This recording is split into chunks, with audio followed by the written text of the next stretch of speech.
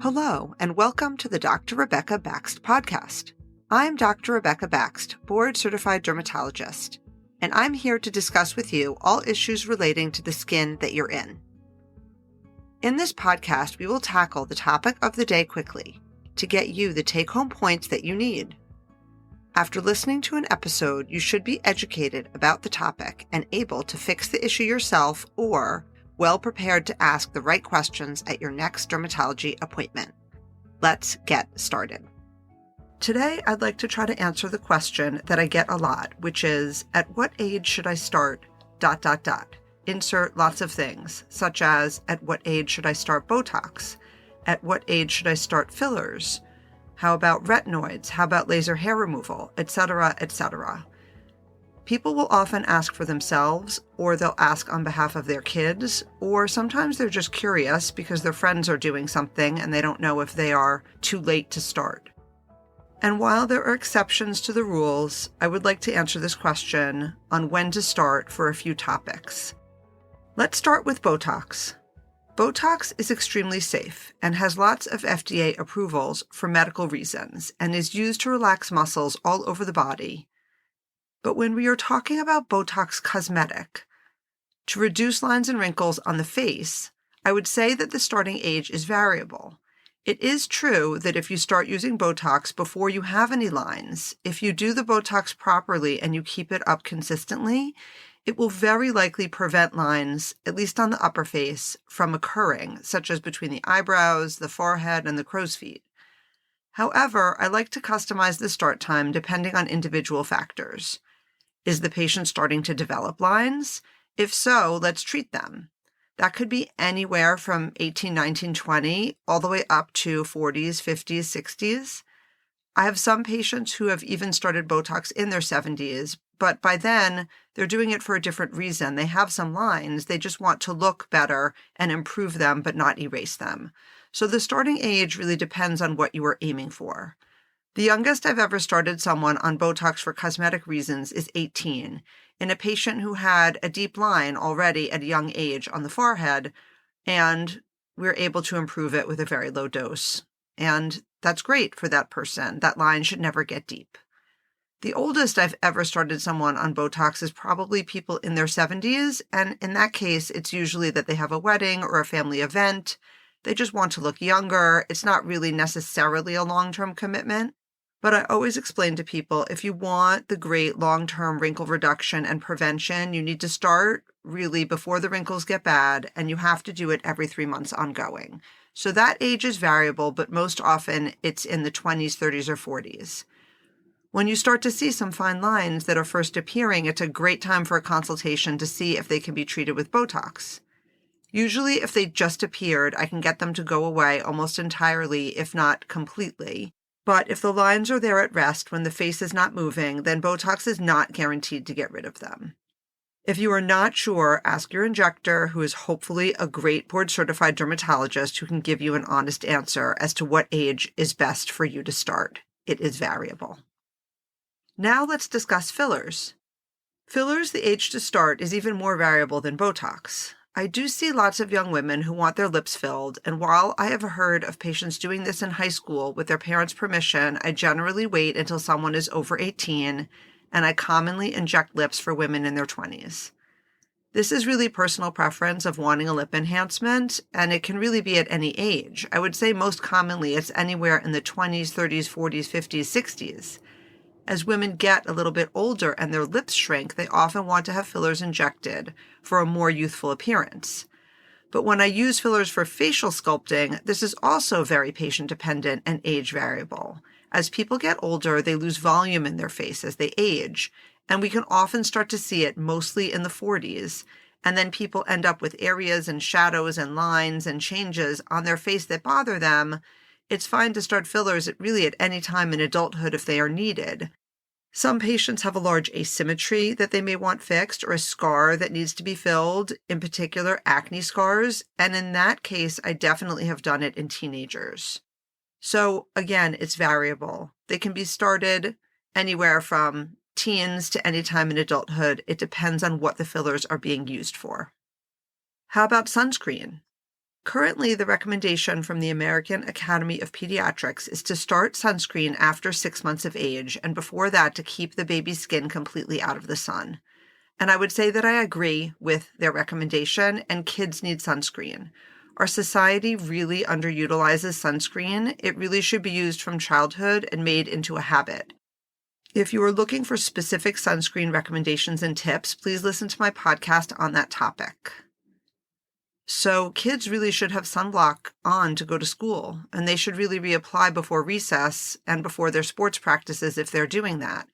And I realize this is basically impossible in the United States, but that is the optimal situation. And I would at least focus on sunscreen more in sunnier weather, sunnier climates. And if you can get it on your kid before they go to school, that is fantastic.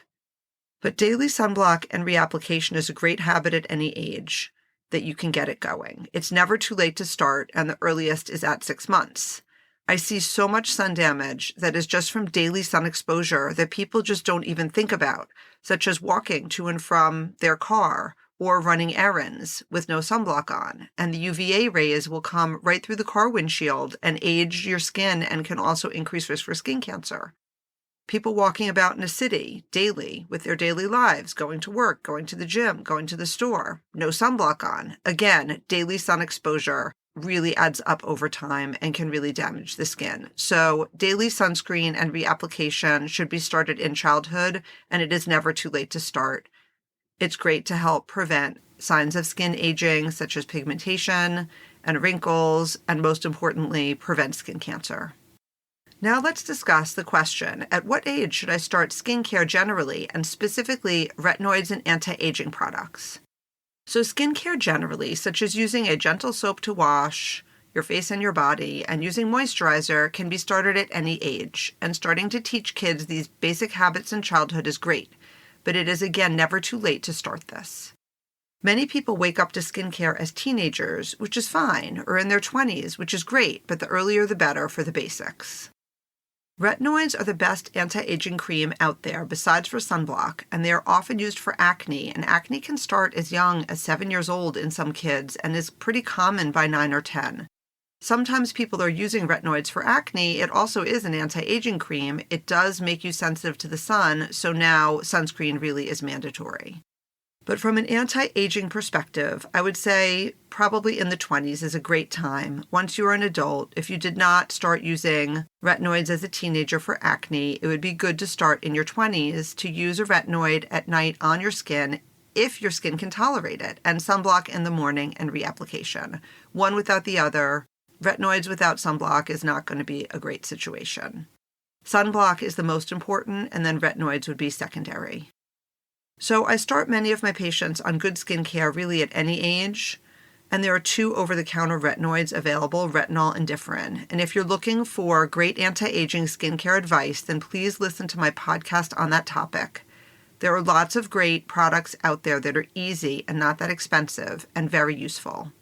In fact, I had someone ask me recently, at what age should they start using expensive face creams? And I laughed and I said, never. There is never a reason to break the bank for your skincare. I'm going to make a brief mention here of kids who are getting obsessed with their skincare in an unhealthy way, likely due to social media and advertisers pushing ads at them.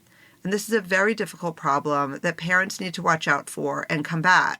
And it's a really tough situation with places like Sephora Kids and influencers and advertisers aiming at young girls and social media pressures. And there's a lot of people, I guess, making a lot of money in this marketplace. But as a parent, all I can really say is to make sure you know what your kids are doing and keep them on a tight leash.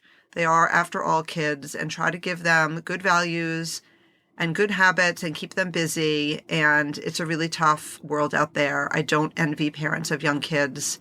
It's just really hard.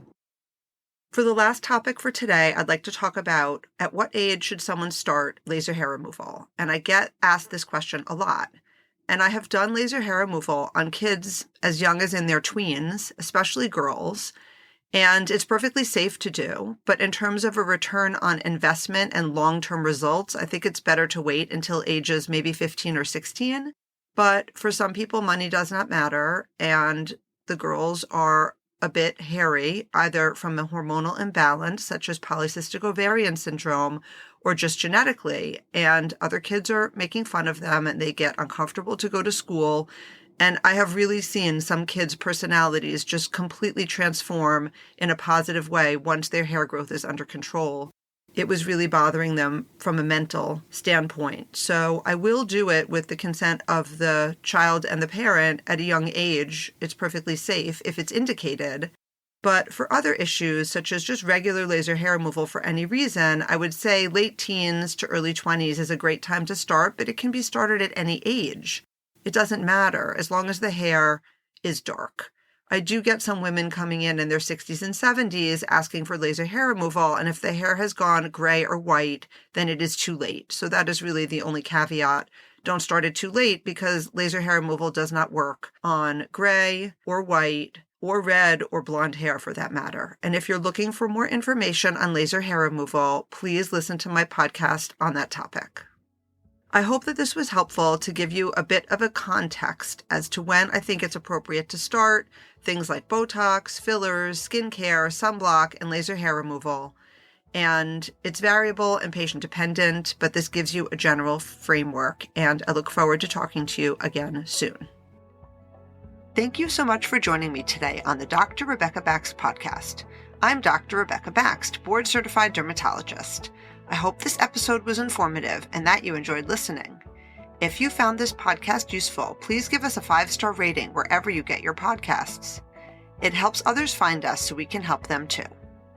Just a caveat to remember, this is not medical advice, and please see your dermatologist or doctor for questions pertaining to your specific situation. I look forward to talking with you again in the next episode.